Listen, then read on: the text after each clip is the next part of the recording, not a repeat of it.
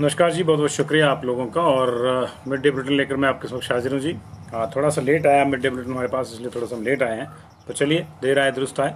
तो mid day bulletin बता रहा है कि रिकवरी का जो रेट है वो लगातार बढ़ रहा है। हिमाचल प्रदेश में लगातार अच्छी रिकवरी हो रही है। कल हमारे पास 629 लोग जो है रिकवर होकर गए थे। उससे पिछले कल जो है हालांकि जरूर कम था। 26 तारीख को सिर्फ 182 थे, लेकिन 25 तारीख को भी ठीक थी रिकवरी, 294 रिकवर हुए थे। और उससे 24 को 295 रिकवर हुए थे। और इस तरह से लगातार जो है क्रम जो हमारे पास चल रहा है। हमारे पास 22 तारीख को रिकॉर्ड संख्या में 717 लोग जो है रिकवर हुए थे। तो आज का जो मिड डे बुलेटिन है वो भी अच्छे संकेत दे रहा है, क्योंकि अभी जो दोपहर 12 बजे तक का जो लिस्ट आती है, जो मिड डे बुलेटिन में इंक्लूड की जाती है 12 साढ़े 12 तक की, वो बता रही है कि 204 लोग जो है रिकवर हुए हैं। और एक बार फिर से अच्छी रिकवरी है। पिछले कल जो है 326 लोग अकेले जो सोलन से रिकवर हुए थे। आज जो है 103 लोग फिर से सोलन से रिकवर हुए हैं। तो आज फिर से सोलन अच्छी बैटिंग कर रहा है जिस मामले में। और 326 कल आए थे, अभी 103 है दोपहर तक। तो होपफुली शाम तक जो है 5 बजे तक और 9 बजे तक जो है और ये संख्या जो है एक बार फिर से जो है 300 पार जाएगी।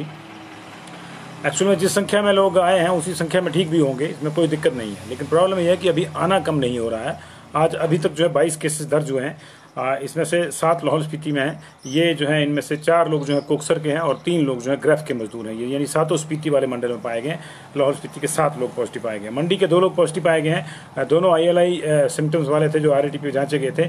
और ये जो है ये सदर के ही हैं दोनों के दोनों। शिमला के 6 लोग हैं। इसमें से रामपुर और रोहडू के जो हैं ये 6 लोग हैं। 4 लोग रोहडू वाले एरिया के हैं और 2 लोग जो है रामपुर एरिया से हैं। इसके अलावा ऊना के 7 लोग हैं। इसकी अभी डिटेल नहीं आई है RAT की। तो कुल मिला के 22 लोग पॉजिटिव आए हैं अभी तक, लेकिन रिकवरी अच्छी है। 16 लोग जो है बिलासपुर में रिकवर हुए हैं। और इसके अलावा हालांकि 3 जिलों में रिकवरी हुई है। 44 लोग जो हैं सोलन सिरमौर में रिकवर हुए हैं और 103 लोग जो हैं सोलन में रिकवर हुए। 41 लोग जो ऊना में रिकवर हुए। तो 4 जिलों में हमारे पास 204 लोग जो हैं रिकवर हुए अभी तक। 8 जिलों की रिकवरी का डाटा भी नहीं आया। 5 बजे तक इसमें निश्चित तौर से बढ़ोतरी होगी। और जो है बिल्कुल आप ठीक कह रहे हैं पंडित प्रदीप शर्मा, ये भी एक रीजन है क्योंकि अब 10 दिन के बाद जो लोगों को वैसे ही छोड़ा जा रहा है। और निश्चित तौर से जो है यही वजह है कि रिकवरी रेट बढ़ गया है। 717 अदरवाइज एक दिन में रिकवर होना बहुत बड़ी बात होती है, लेकिन आप देखिए कि 717 टेस्ट भी तो नहीं हुए। तो ये जो है निश्चित तौर पे जो है ये उसका एक बड़ा योगदान इसमें है रिकवरी रेट में। लेकिन फिर भी हमारे पास जो 10,543 लोग अब तक रिकवर हो चुका है। टोटल 14,213 में से 3,471 अभी जो एक्टिव हैं। और डेथ का नंबर जो है वो सरकार बता रही है कि 174 हो गया है, लेकिन हमारे पास जो है 180 क्रॉस कर गया है। वो हो सकता है आज की जो 3 डेथ है उसमें काउंट ना हो। और सबसे ज़्यादा डेथ जो है वो 42 जो है वो कांगड़ा में है। और इसके अलावा जो है शिमला में जो 31 डेथ हैं। लेकिन हमारे हिसाब से शिमला में आज 32 हो गई हैं। देखना होगा आज की बाकी कहाँ कहाँ होती है। चंबा में 10 हैं। बिलासपुर में ये 1 ही बता रहे हैं, हमारे हिसाब से 5 हैं। तो कहाँ जाते हैं कहाँ नहीं जाते हैं ये भी देखना होगा। तो लगातार जो है ये चीज़ें बढ़ रही हैं। पिछले कल 9:30 बजे 256 सैंपल जो हैं वो अवेटेड में रह गए थे। हालांकि सैंपलिंग बहुत कम थी पिछले कल। हमारे पास जो सिर्फ 1743 सैंपल लगे थे। तो उसमें से जो है हमारे पास 256 बच गए थे। तो 256 में से अभी तक जो है सारे के सारे अवेटेड हैं। आज सुबह से लेकर जो उनमें से कोई नहीं जांचा गया। तो एक तो संडे की सैंपलिंग कम होगी, तो निश्चित तौर से जो है आज उसका असर सोमवार को देखने को मिलता है। Let's see. सोमवार की शुरुआत अच्छी नहीं हुई। सुबह सुबह 3 डेथ हो गई और इसमें से 2 NMC में हुई, नीरचौक मेडिकल कॉलेज में, और 1 IGMC में। IGMC में जो डेथ हुई वो किन्नौर के एक 55 साल के 57 साल के एक व्यक्ति थे, कानम गाँव के। इनको 26 तारीख को जो है IGMC में एडमिट किया गया था और आज सुबह जो है इनकी डेथ हो गई। इनको जो है बाकी जो संबंधित और दूसरे रोग थे जिनमें कोरोना घातक हो जाता है वो भी थे, लेकिन कोरोना पॉजिटिव थे ये, और उसकी वजह से कोरोना फटल हो गया, उनको बचाया नहीं जा सका। और नीरचौक मेडिकल कॉलेज में 2 डेथ हुई। एक जो मंडी जिला के जो सरका घाट एरिया है उसके मठेरी गाँव है एक, वहाँ के भंगू राम जो हैं 64 साल की इनकी एज थी। 23 तारीख को जो है इनको आइसोलेशन वार्ड में रखा गया था नेरचौक मेडिकल कॉलेज में कोविड पॉजिटिव पाए जाने के बाद। आज उन्होंने दम तोड़ दिया। दूसरी जो मौत थी वो विवेक नाम के एक सज्जन है मनाली के प्रेणी से।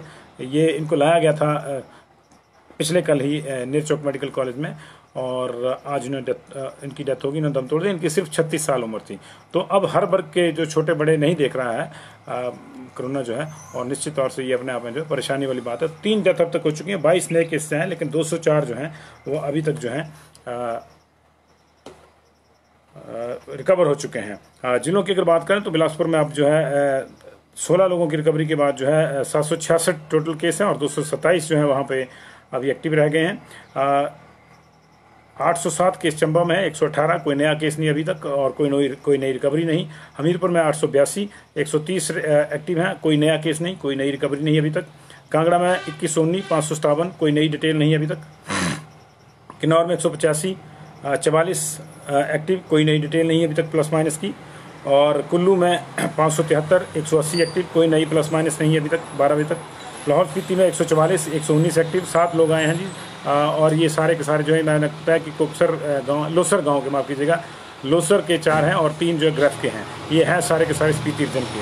तो 7 लोग जो है लाहौल स्पीति में पॉजिटिव पाए गए हैं। इसके बाद 119 वहाँ पे टोटल एक्टिव हो गए, 144 टोटल केस हैं वहाँ के।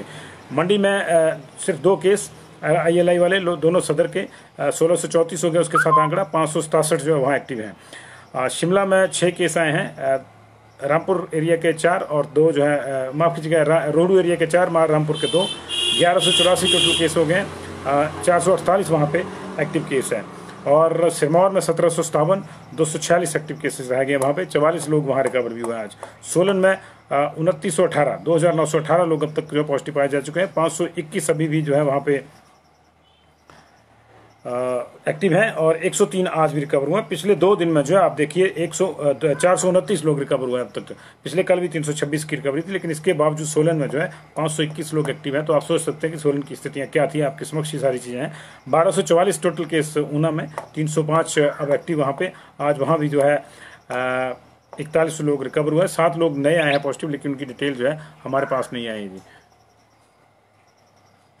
नहीं, हेल्थ इशू होता है अरुण जी, लेकिन हेल्थ इशू में जो 3-4 चीज़ें लिख के भेज जाती है, हेरेडिटरी, टाइप 2 की डायबिटीज़, कोमॉर्बिडिटीज़, सांस लेने में दिक्कत, इस तरह की चीज़ें बताई जाती हैं। ARDS, ADRS, कुछ इस तरह की जो टर्म्स हैं वो बताई जाती हैं। वो हमको भी जो है इतनी मेडिकल टर्म्स क्लियर नहीं होती, लेकिन ये बताया जाता है कि इनको दूसरी बीमारियां भी थी। तो एक चीज़ मैं क्लियर करना चाहूँगा फिर भी अपने दर्शकों को कि देखिए, अभी तक हिमाचल प्रदेश में ऐसी बहुत कम डेथ हुई हैं। 180 में से बहुत कम डेथ ऐसी हुई हैं, 10 या 12 डेथ ऐसी हुई हैं जिनको हम कह सकते हैं कि बंदे को कोई पहले बीमारी नहीं थी और उसको कोरोना हुआ और सिर्फ कोरोना ने उसकी जान ले ली।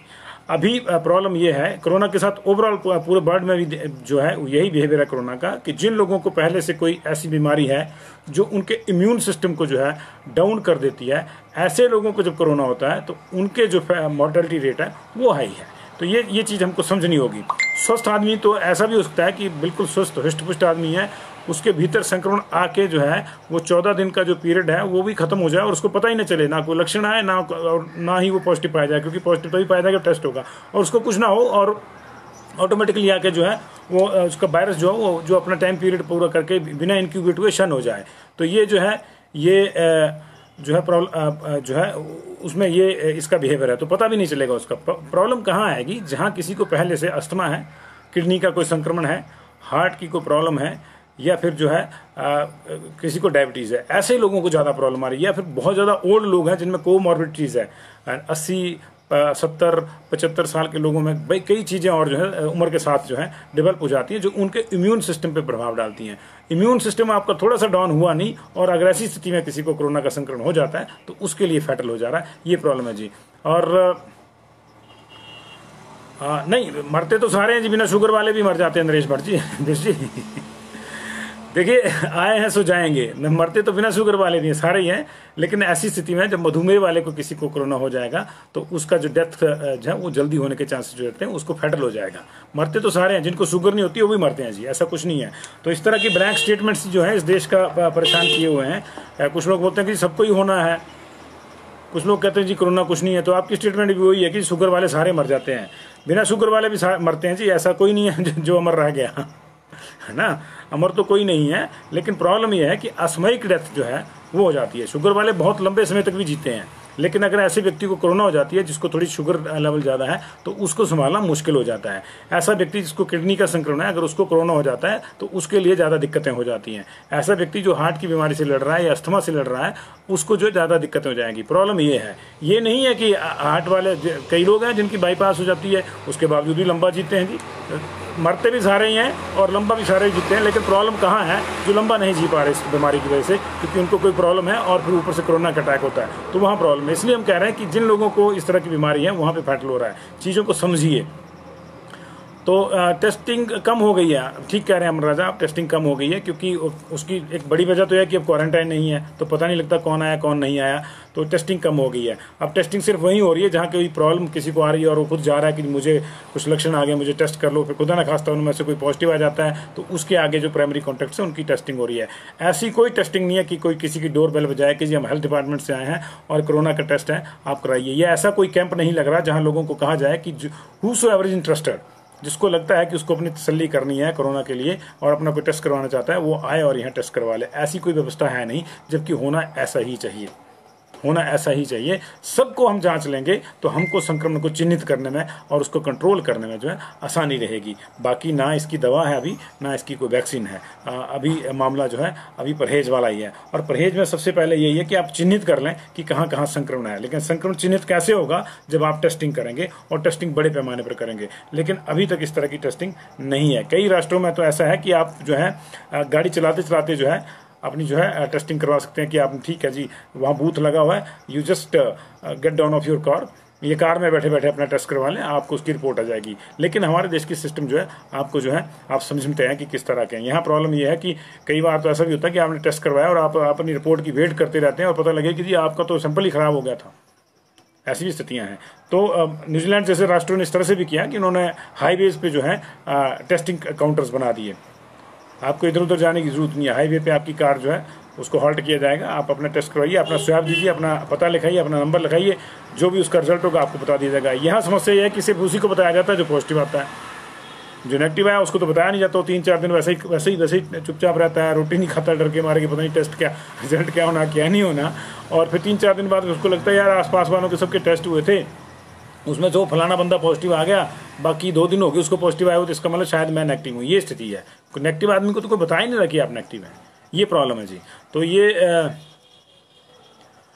नहीं, बिल्कुल रियल नवाब जी, आप ठीक कह रहे हैं। हमारा हिमाचल प्रदेश में भी क्या और बाकी जगह भी स्थितियाँ इसी तरह से हो गई हैं कि अगर कोई पॉजिटिव आ जाता है तो जिसको कंटेनमेंट जोन हम मानते हैं और जिसको उसमें भी जो है हम एक कॉन्टैक्ट ट्रेसिंग करते हैं कि इसके कॉन्टैक्ट में कौन कौन लोग आ गए, उसकी लिस्ट बना के फिर उसमें प्राइमरी कॉन्टैक्ट और सेकेंडरी कॉन्टैक्ट देखते हैं। तो सबसे पहले प्राइमरी कॉन्टैक्ट्स का टेस्ट होता है। अगर प्राइमरी कॉन्टैक्ट में से कुछ लोग पॉजिटिव आ जाते हैं तो सेकेंडरी कॉन्टैक्ट्स पे जो है वो ध्यान देते हैं।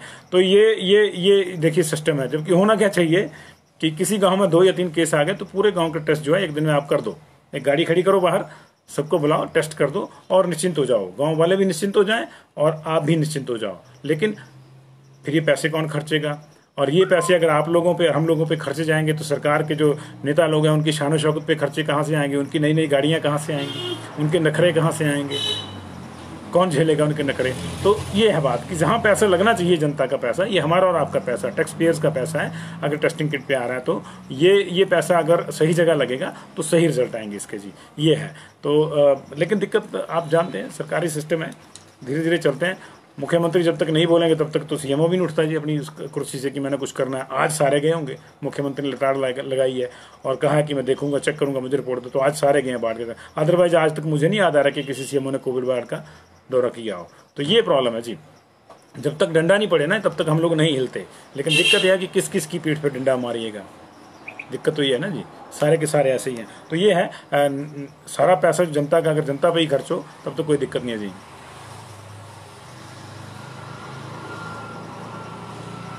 3 दिन लगते हैं रियल नवाब जी, 3 दिन लगते हैं। वही दिक्कत है ना, मैं वही बता रहा हूँ कि कोई तो ये बताएगा नहीं कि आपने सैंपल किया और आपका जो सैंपल था नेगेटिव आया, कोई बताएगा नहीं। तो नॉर्मली हमारे हिमाचल प्रदेश में जो है 3 दिन से ज़्यादा का समय नहीं लग रहा किसी भी सैंपल का रिजल्ट आने में। RAT है तब तो 15 मिनट में आ जाएगा, तब तो आपको वहीं खड़े खड़े पता चल जाएगा रैपिड किट पे तो।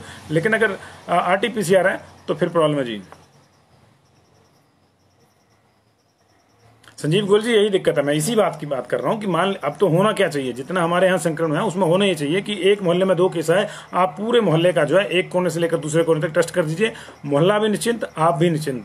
लेकिन प्रॉब्लम यहाँ यह है कि बंदे से मोटा मोटी पूछते हैं कि अच्छा जी आप कहाँ कहाँ गए थे, अब जो उसने बताया उसको सच मान लेते हैं, कोई क्रॉस चेकिंग नहीं है, कोई कुछ नहीं है। शुरू शुरू में बहुत था, शुरू में मैं आपको बता रहा हूँ, मैं जो है 18 मार्च को घर आ गया था। जब मुझे अंदेशा हुआ कि कुछ लॉकडाउन हो सकता तो मैं आ गया, मेरे घर की चिंता हुई कि मैं सामान वामान रख के आता हूँ। लेकिन जब इससे पहले कि मैं वापस ऑफिस लौटता तो लॉकडाउन हो गया, तो मैं लॉकडाउन में यहीं फंस गया। तो ठीक 32 दिन के बाद मुझे फ़ोन आया कि आप जहाँ काम करते हैं वहाँ कुछ केसेज आए हैं, तो आपको जो है सैंपल देना है। तो हमने पूछा जी कि जब 14 दिन का आपका टोटल पीरियड है, मुझे आया हुए 32 दिन हो गए, तो अब आपको क्या आशंका है? तो कहने जी टेस्ट तो देना पड़ेगा। तो अच्छी बात है, हम गए जी, टेस्ट करवाया हमने। लेकिन ऐसी चीज़ें अब हों तो ज़्यादा बेहतर है, क्योंकि ऐसी चीज़ों की जरूरत अब है। शुरू में तो सब चिन्हित हो रहे थे, बॉर्डर पे सबका ध्यान रखा जा रहा था कि कौन कहाँ से आया, लॉकडाउन में कौन कहाँ से आया, इन चीज़ों का पूरा रिकॉर्ड रखा जा रहा था। अब किसी का रिकॉर्ड नहीं, अब ज़्यादा परेशानी है। इसलिए अगर मोहल्ले में 1 या 2 केस आते हैं तो अब जो है बड़े पैमाने पर वहाँ पे जो है एक्टिव केस फाइंडिंग करने की जरूरत है, ताकि जो है संक्रमण को पकड़ा जा सके। लेकिन हो उल्टा रहा है। अब हमने व्यवस्थाएं सारी रिलैक्स कर दी है, राम भरोसे छोड़ दिया कि जो आ गया उसको उठा लेंगे, या फिर मैक्सिमम को कहेंगे कि घर पे रहे। अभी बहुत, मैं कल ग्रुप में देख रहा था कि 2-3 सीएमओ से आपने बड़ी शेखी बघारी है कि जी हमारे तो 60% को हमने होम आइसोलेशन दे दिया। इसका दूसरा पहलू है कि आप 60% लोगों को संभालने की हिम्मत ही नहीं कर पा रहे, आपके पास ऐसी व्यवस्था ही नहीं है। तो ये प्रॉब्लम है जी। तो बहुत बहुत शुक्रिया जी आपका। अभी तक 22 केस, 204 लोग जो है अभी तक रिकवर हुए जी। और रिकवरी जो है अभी कोई बहुत ज़्यादा लंबी चौड़े जिलों में नहीं है, और बहुत कम जिलों में है। अभी ऊना की रिकवरी है, सोलन की रिकवरी है, और इसके अलावा जो है सिरमौर की रिकवरी है, 3 जिले, और चौथा जिला जो हमारा जो है बिलासपुर की रिकवरी है। तो इन 4 जिलों में 204 लोग रिकवर हुए अभी तक। और सबसे ज़्यादा सोलन में 103, कल भी वहाँ पे 326 लोग जो है रिकवर हुए थे। और कल मिला के हमारे पास जो है कुल 213 केस थे। आज अभी तक नए 22 केस आए सुबह से अभी तक। तो 5 बजे तक हमको इंतजार है, क्योंकि सैंपल आज निश्चित तौर से कम होंगे जी। नहीं, अब आपको हेमराज जी जल्दी से जल्दी बनवा लीजिए, क्योंकि अब अनलॉक जो है अनलॉक 5वें चरण में पहुंच चुका है। तो अब वो आपको जो है वो छूट नहीं मिलेगी, आप जल्दी से जल्दी बनवा लीजिए, क्योंकि 3 महीने की छूट तो मिल गई थी लॉकडाउन वाली। लेकिन आप अपना ड्राइविंग लाइसेंस जल्दी से जल्दी करा दीजिए। हो सकता है आप जुर्माने से बच जाएं, लेकिन मुझे लगता है कि आपको जल्दी से जल्दी करना पड़ेगा जी। अगर डेट एक्सपायर होगी तो जल्दी से जल्दी बुलाइए। अभी संजीव जायसवाल जी, इंटरस्टेट बसेज को लेकर अगले मंत्रिमंडल के जो बैठक है उसमें कोई फैसला होगा, और कुछ चीज़ें जो है अभी वर्कआउट हुई हैं, कुछ प्रपोजल्स हैं, कुछ प्लान्स हैं कि इंटरस्टेट बसेज जो है 60% कैपेसिटी पे ही चलाई जाएंगी, मास्किंग होगी, सब कुछ होगा जी। लेकिन अभी जो होगा वो अभी अगले मंत्रिमंडल की बैठक के बाद पता चलेगा जी।